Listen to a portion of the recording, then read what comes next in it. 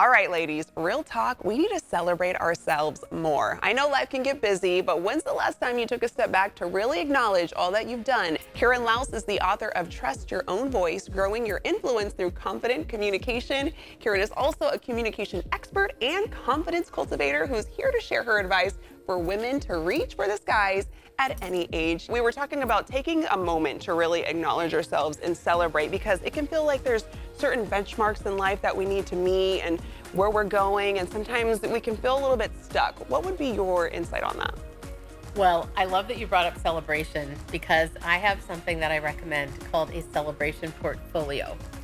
This is something that most of us, like you said, we don't take the time to do it enough.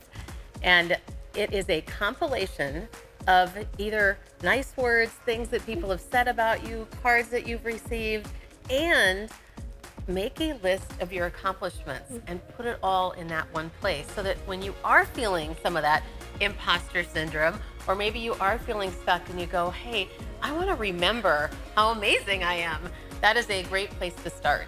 Okay, what about the hardworking moms out there? What's your advice for them? That's such a thankless job, being a mom. The biggest thing is to recognize that you are doing the hardest job on the planet. And the advice that I would offer is to take that time for yourself by asking for what that would look like. Who could help? So often we feel uncomfortable asking for help because we don't want to bother people. We feel awkward about it. And yet, think about yourself on the other side of the coin. I know when people ask me for help, I want to help, especially people that I care about. Yes. And so when you can get other people on board to help you with those things, you create such a better life for yourself, because you're more at peace, you're more fulfilled, and you got to take the time you need, because nobody is going to care about your time as much as you do.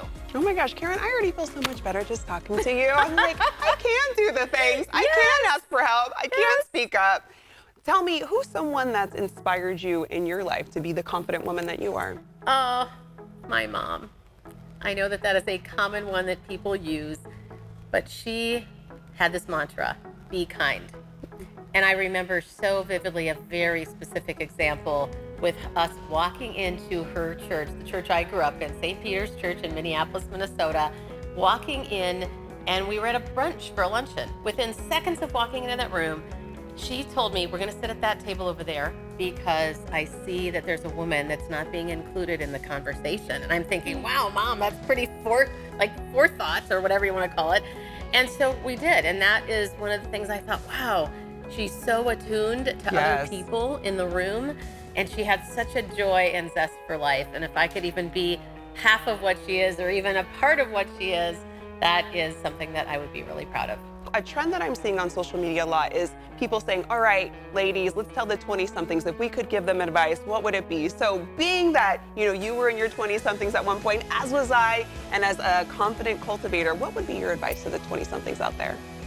Stop apologizing and recognize that you have a seat at the table.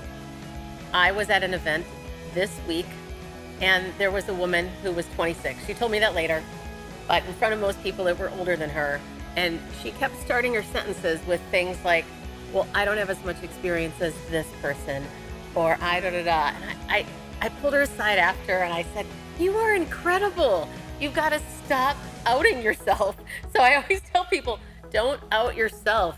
There'll be plenty of other people that might do that at some point, but we've got to be our best advocates. And that's something we can even practice later in life. I know we said 20-somethings, but I'm sure we do it too. So. Exactly. Okay, what would be your advice to the 50-plus crowd?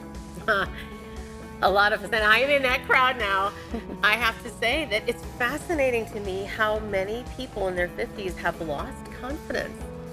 And I'm thinking, this should be the time that, I feel like I'm just getting started, honestly. And my advice would be, once again, to own and claim your seat at the table. Very similar to what we've been talking about, but recognize that you are powerful already. Thanks for making us feel better today.